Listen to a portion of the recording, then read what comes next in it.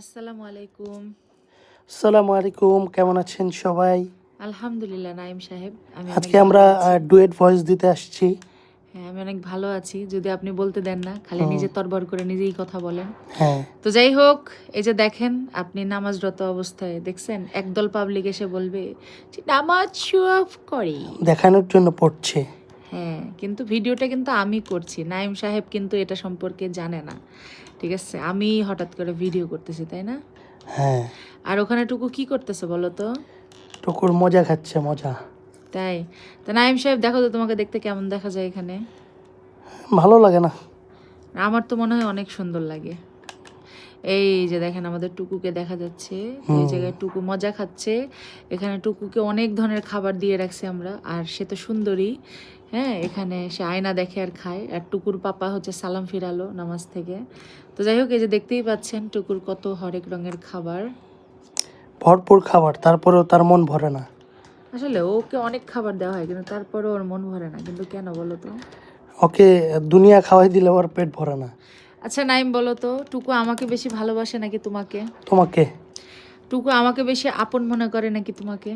তোমাকে, টুকু কাকে বেশি কমফোর্ট জোন মনে করে, আমাকে নাকি তোমাকে, তোমাকে? তোমাকে। তাহলে তোমাকে মনে করে না কেন? আমাকে করে না কারণ আমি ওরা খোঁচাই, এই কারণে। তো খোঁচাও কিসের জন্য জেনে শুনে?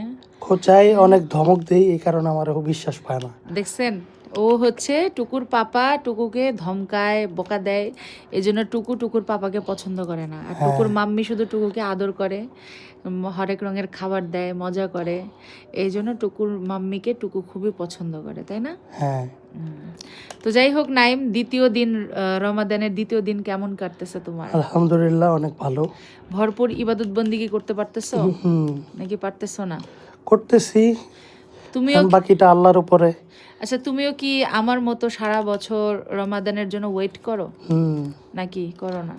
আগের রমাদান তো রাখতেই পারলাম না, আগে এটা তো অসুস্থ অসুস্থ ছিল, হয়েছিলাম। এখন হসপিটালাইজড আল্লাহ ছিল। জানে এই রমজানে কি হয়। ইনশাল্লাহ রাখতে পারবা। তবে একটা কথা বলি, তোমার মানে রমজান মাস কিন্তু আসলে একটা রমজান মাস যদি মানুষ ভালো করে পালন করতে পারে, ভালো করে ইবাদত বন্দেগী করতে পারে, তাহলে কিন্তু সারা জীবনের ক্ষয়ক্ষতিটা পূরণ করে নেওয়া যায়, জানো? হুম, হুম। আর রমাদানের তোমার সব থেকে প্রিয় আমল কোনটা? ইস্তেগফার। আচ্ছা, রমাদানের আমার সব থেকে প্রিয় আমল হচ্ছে লা ইলাহা ইল্লাল্লাহ মুহাম্মাদুর রাসূলুল্লাহ সাল্লাল্লাহু আলাইহি ওয়াসাল্লাম। তো এখানে দেখতেই পেলেন আপনাদের ভাই নামাজ আদায় করলো আর আমি ভিডিও করলাম। তো একদল পাপি কিন্তু এখানে এসে অনেক আজে বাজে কথা বলবে। তো যাই হোক, ওটা কোনো ব্যাপার না। আহ, তো ঠিক আছে, সবাই ভালো থাকবেন, সুস্থ থাকবেন। আল্লাহ হাফেজ, বাই বাই।